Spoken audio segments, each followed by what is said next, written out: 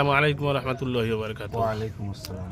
আমরা এখন আছি সুন্দরবন সফরে। আমাদের সঙ্গে আছেন জনাব হজরত মাওলানা আলী আকবর সাহেব, সুদূর আসাম থেকে আগত।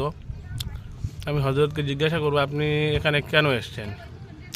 আমি এসেছিলাম পূর্ব জৌথিয়া বালিকা মাদ্রাসার মধ্যে জলসা করার জন্য। ওইখান থেকে আমার সতীর্থ বন্ধুদেরকে সঙ্গে নিয়ে সুন্দরবন ঘোরার জন্য এসেছি। আলহামদুলিল্লাহ, খুব সুন্দর দেখলাম।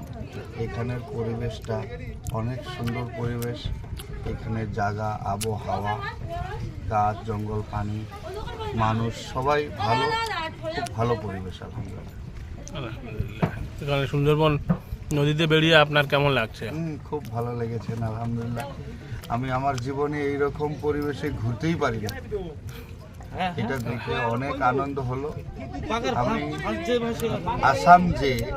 আসামের লোকদেরকে এরকমই বলবো, তোমরা যদি কলকাতা বেড়াতে যাও, ঘুরতে যাও, এটা সুন্দরবন একটা বিশাল ঘোরার মতো জায়গা। আপনারা এদিকে বসো। জি হজরত, আবার আসবেন আমাদের এখানে। আর আমরা এখন সুন্দরবন নদীতে আছি।